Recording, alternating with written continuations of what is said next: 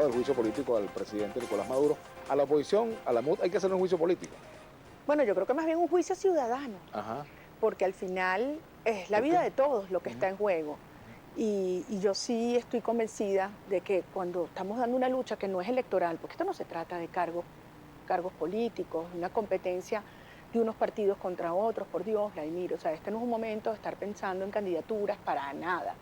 Este es el momento de concentrarnos en la salvación de la República, del país, en que se nos mueren los bebés, que una generación completa de niños que está creciendo sin medicina, sin vacunas, sin leche, sin educación, con un pésimo ejemplo moral de lo que es el ejercicio del poder, no como servicio, sino como opresión.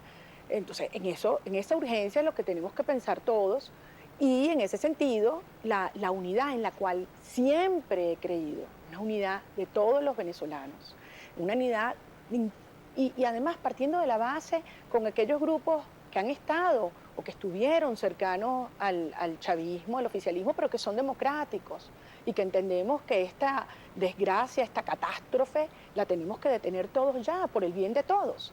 Entonces, una enorme unidad que incluya a los partidos, pero que vaya mucho más allá de los partidos, pero que además donde tiene que haber rendición de cuentas y responsabilidad cuando las cosas van mal, cuando las cosas fracasan.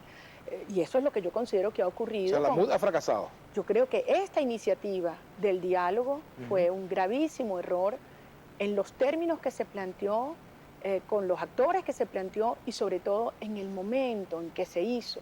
En un momento cuando la sociedad toda nos movilizábamos a colocar al régimen realmente contra la pared, entendiendo que lo que debía acordarse son los términos y las garantías para la salida de este régimen, definitivamente se paralizó todo y se entregó la calle, la mayoría en la Asamblea Nacional, el juicio político e incluso se desactivó la presión internacional. Mira lo que ocurrió en la OEA.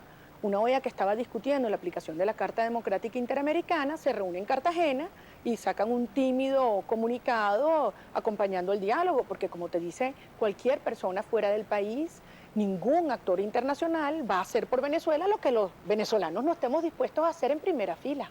Ahora, María Corina, 20 Carabobo, por ejemplo, ha planteado que debe ser destituido Chugo Torrealba, por ejemplo, y ha planteado también la posibilidad de que, bueno, y tú lo has dicho también, de que se reorganice la MUD. ¿Cómo lo harías tú? ¿A quién pondrías tú al frente de la MUD? Es que yo creo que esto va mucho más allá de una persona. Pero tu partido lo ha planteado. No, claro, pero yo creo que el tema... ¿Tú estás de acuerdo con eso? Yo creo que tiene que haber una renovación de autoridades, pero además tiene que haber un proceso amplio de incorporación, de discusión y de participación de muchos sectores. ¿Cómo podemos imaginarnos esta lucha con la urgencia y la fuerza que requiere sin la participación de los estudiantes, de la academia, de los periodistas, de los gremios, de los sindicatos del país, de los movimientos culturales, de la propia Iglesia Católica y otras iglesias? Es decir, esto es un gran movimiento ciudadano que ha tenido lugar en otros procesos alrededor del mundo, y lo que no puedes esperar más. Mira, el resultado del diálogo hoy es Maduro hasta el 2019. Yo te pregunto a ti, ¿Venezuela puede aguantar eso? Para mí, quien plantee una estrategia de Maduro hasta el 2019 es que no tiene estrategia alguna, porque para una Venezuela que se muere de hambre, que te digan que Maduro se queda hasta el 2019 es como si se quedara en 2030. Lo que no me queda claro es cómo saldría Maduro del poder ya, porque... Por la ruta que te hemos planteado, por la ruta unitaria. ¿Esa sería una ruta sin violencia, con violencia? ¿Cómo sería? Esa es una ruta sin chantaje, porque ese tema de que o es sangre o es diálogo, o es violencia o es sumisión, eso es mentira. La Constitución tiene mecanismos por la vía del revocatorio, por la vía de la destitución y por una vía electoral.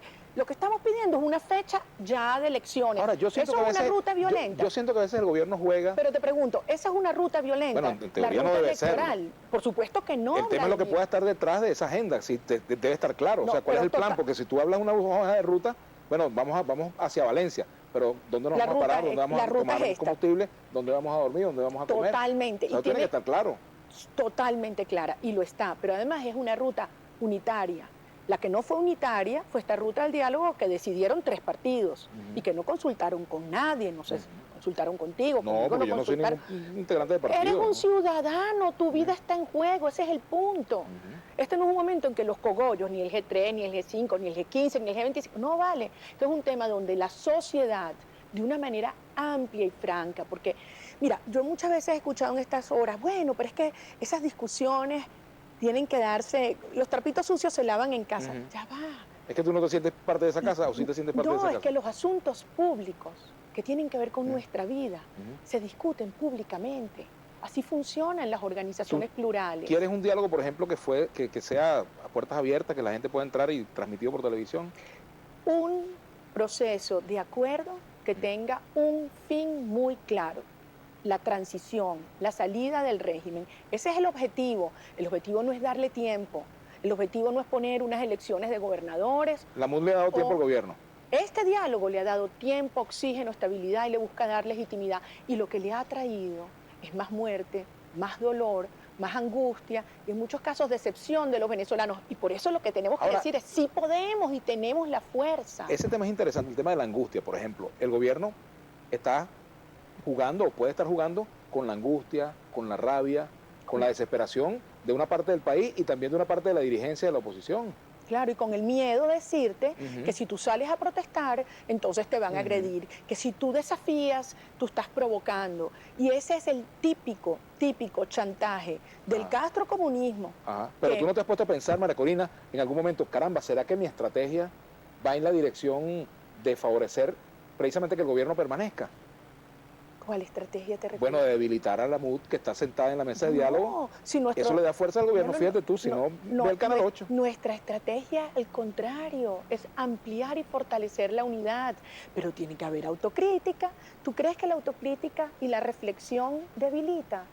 Todo lo contrario, Vladimir, eso más bien, así funciona el PSUV y eso no te lo tengo que explicar a ti, que si tú piensas distinto, mira, te execran y te persiguen. No, una coalición democrática tiene que ser respetuosa, pero amplia en los distintos puntos de vista. Yo personalmente y en 20 hemos planteado que es inaceptable que nos digan que la única opción es que Maduro se quede hasta el 2019, el país no lo aguanta. ¿Cuántas muertes más? ¿Cuántas muertes más? La difteria llegó a Caracas, Vladimir, se nos están muriendo niños porque no los vacunaron, ¿vale? Entonces, no tener esa urgencia es no entender que hay un pueblo que está pasando hambre, que se está escapando de su país por la frontera con Brasil, a Boavista, a las islas en botes, arriesgando su vida. ¿Cuántos muchachos se van porque no ven un futuro en su tierra? Eso no puede continuar. Y sí tenemos la fuerza para hacerlo pacífica, democrática, constitucionalmente. Tenemos dos punticos para dejarte pendiente, Marco. Habíamos dejado uno pendiente que era con respecto al tema de la división, que lo abordamos un poco en este momento, pero aquí te dice, por ejemplo, Francisco Longar, te dice, pido que explique cómo piensa dirigir la unidad siendo tan poco querida electoralmente, ya demostrado, dice este tuitero.